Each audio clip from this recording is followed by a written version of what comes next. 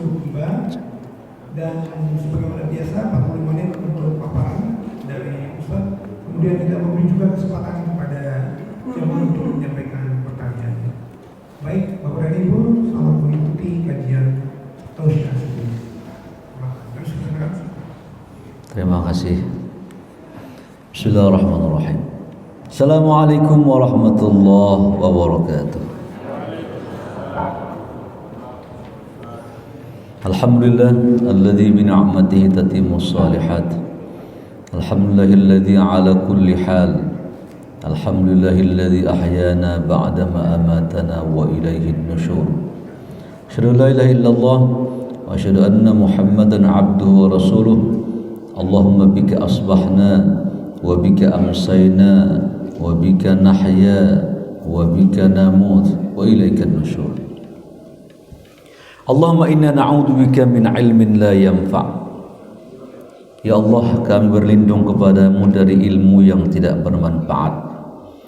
Wa min qalbin la yakhsha, dan dari hati yang tak pernah khusyuk beribadah. Wa min nafsin la tashba', dari nafsu keinginan yang tak puas-puas. Wa min amalin la yurfa', berlindung kepadamu dari amalan yang tidak diangkat dan diterima olehmu. Wa min da'wati la yustajabulah, dan kami berdoa kepadamu ya Allah dari doa-doa yang tidak engkau kabulkan. Allahumma inna nas'aluka 'ilman nafi'an wa rizqan thayyiban wa 'amalan mutaqabbala. Jemaah salat subuh, alhamdulillah kita puji Allah Subhanahu wa taala.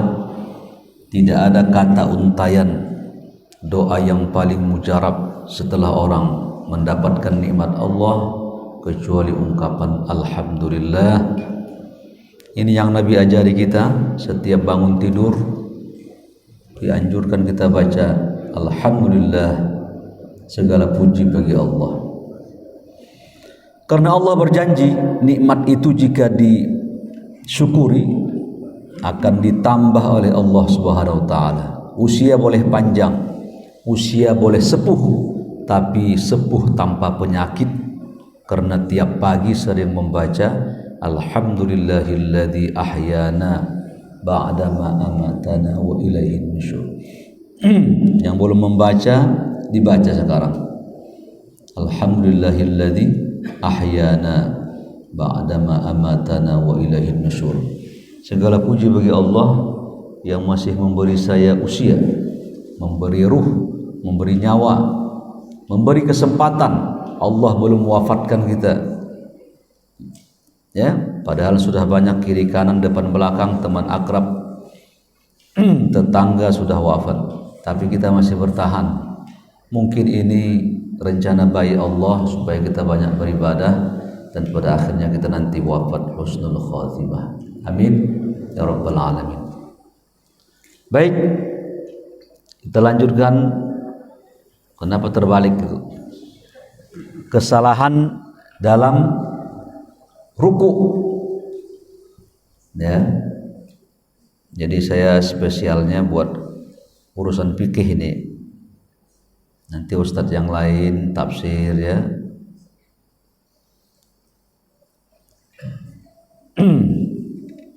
Kesalahan ruku sudah kita banyak bahas, maka sampailah kita kepada dua bahasan terakhir sebelum kita membahas kesalahan i'tidal. Baik, saya akan sebutkan kesalahan dalam ruku. Sebelumnya kita sudah bahas, ya, secara cepat saya ingin menyampaikan, ya, kesalahan ruku orang kadang-kadang pertama tidak mengangkat tangan menuju ruku. Ya, saya mengingatkan file lama ini. Fi amadim mumaddadah, Allahu Akbar. Mau ruku sunnah angkat tangan dulu. Ya.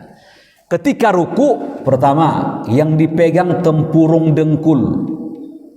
Jangan di pahanya, jangan di bawah tulang keringnya, di tempurungnya. Satu, dua. Yang ketiga, saya ulangi lagi nih supaya jangan lupa. Ketika ruku kondisi tangan itu terbuka. Begini, bukan rapat begini. Ini dengkul nih. Tapi begini. Nanti sujud rapat, tapi ruku renggang. Itu perbedaannya ya. Nanti pas sujud kita bahas lagi itu. Ya. Ketika ruku, Nabi Muhammad yafruju baina asabi'ihi, merenggangkan jari jemarinya. Tapi kalau ketika sujud wa yadhummu, rapatkan sama dia. Jadi sunnah supaya dapat pahalanya banyak, ya. Lalu berikutnya kakinya jangan bertekuk begini, tapi ke belakang.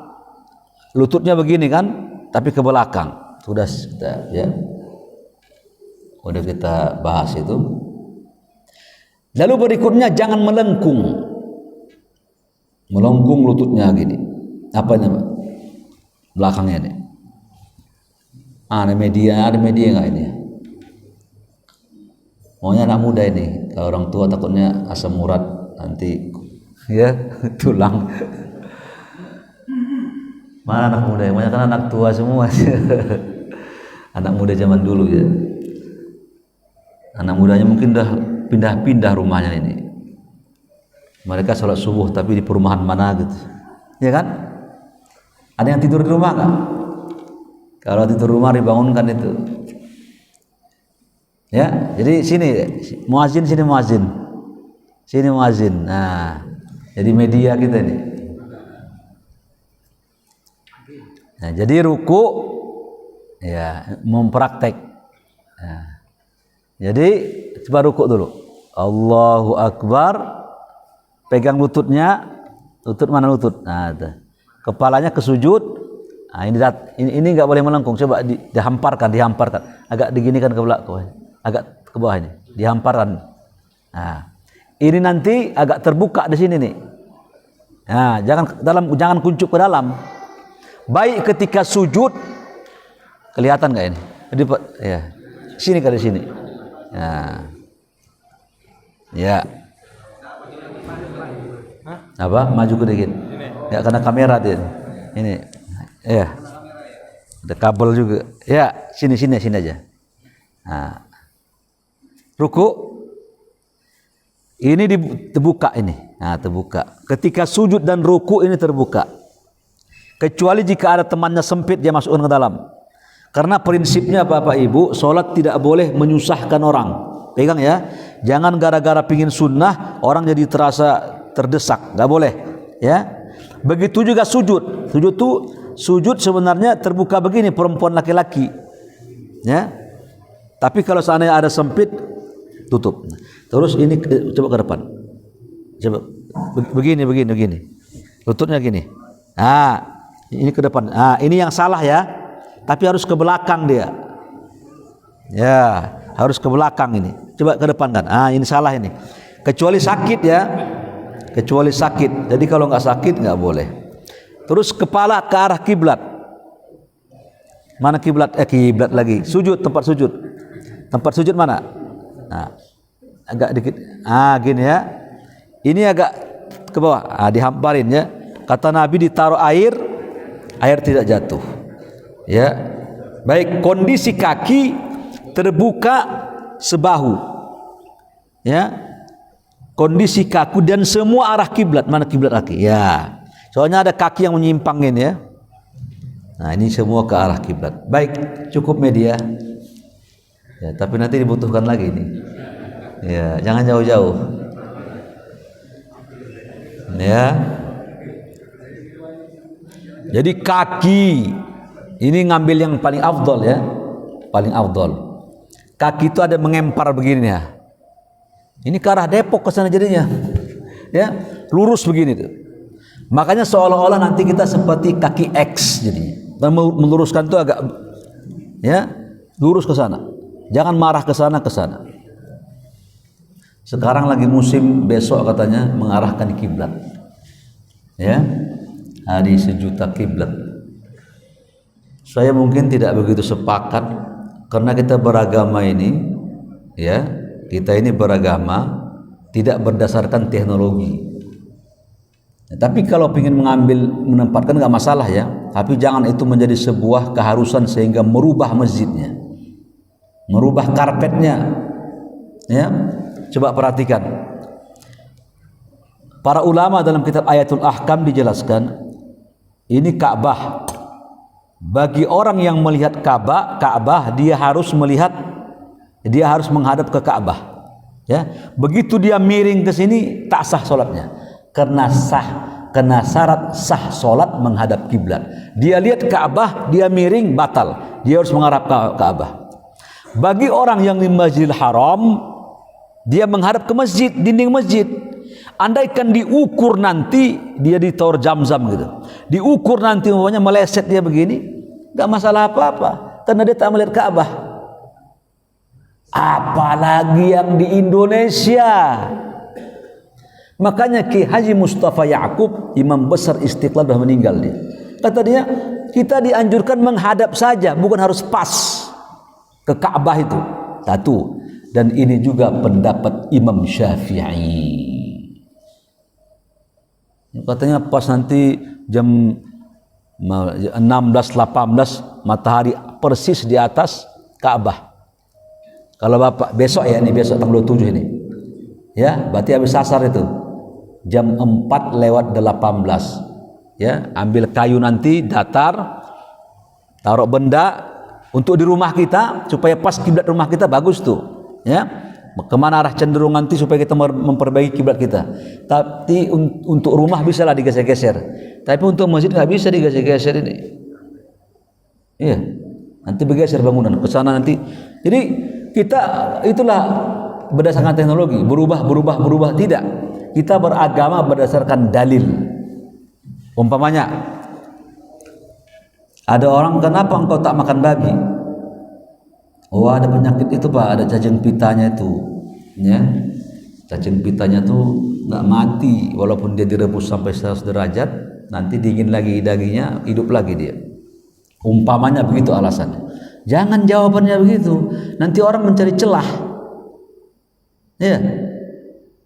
Kenapa diharapkan babi? Hah?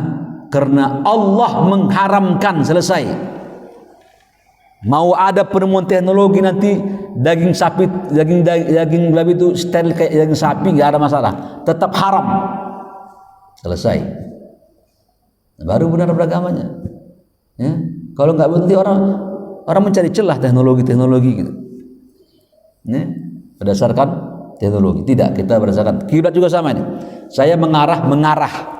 Fawalli wajhaka ila syatrah. Hadapkan wajahmu ke arah. Bukan ain itu artinya bendanya. Bukan mengarah aja penting.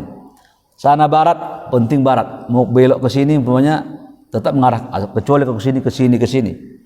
Satu. Yang kedua, bahkan jika tidak tahu pun kita arah kiblat, sah solatnya. Kalau tak tahu. Satu ketika para sahabat solat. Begitu mereka solat dalam keadaan gelap gulita, mereka ijtihad masing-masing kiblatnya. Ada ke sana, macam-macam. Begitu besoknya mereka melihat arah matahari bertentangan sama arah kiblat. Mereka mengadu kepada Nabi, ya Rasul, bagaimana ini? Semalam sholat kami subuh itu atau isya itu, kami tak mengarah kiblat, ternyata setelah melihat matahari beda. Nabi tak menyuruh mereka sholat, mereka didiamkan. Artinya Nabi tak nyuruh mereka a'id, ulangi sholatmu, tidak. Nabi biarkan aja itu. Tak tahu. Ya, tak perlu mengulangi lagi sholatnya. Nah, kita anggap sepele itu, tapi itu begitu ada hadisnya, nah, berarti ini dalil, berarti ini syariat, berarti ini penting. Kalau nggak penting, Nabi tentu menjelaskan cara ruku aja, tapi tidak, bukan cara ruku aja Nabi ajarkan, ancamannya pun dijelaskan. Kalau orang ini mati dalam kondisi ruku tak sempurna, dianggap dia di luar. Jadi harus benar dia, ya, rukuknya jangan melengkung. Jadi dihamparkan gitu, melengkung begitu, ya. Mana saya praktek aja nih, melengkung, berarti begini harus ini diginikan, ini gini. Ini kalau begini dihamparkan, jadi dikebawahkan begini, pinggangnya distabilkan, ya. Kecuali bagi orang-orang yang sakit, Namanya sakit ya sesuai kemampuannya, tidak boleh dia paksakan.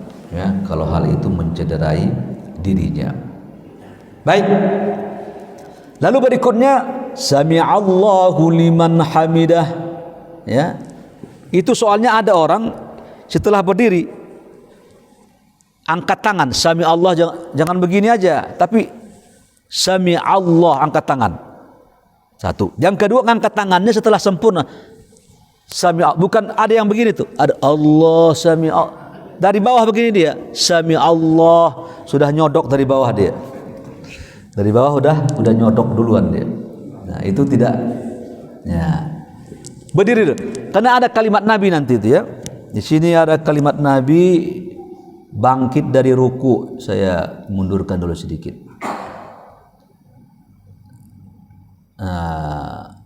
Rafa'a yadaihi ba'dal qiraah. Mengangkat tangannya setelah membaca.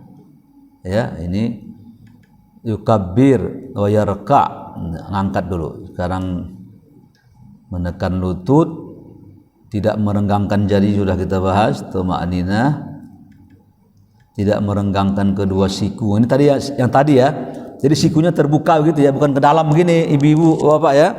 Bukan begini rukuknya, tapi keluar begini, jangan ke dalam begini.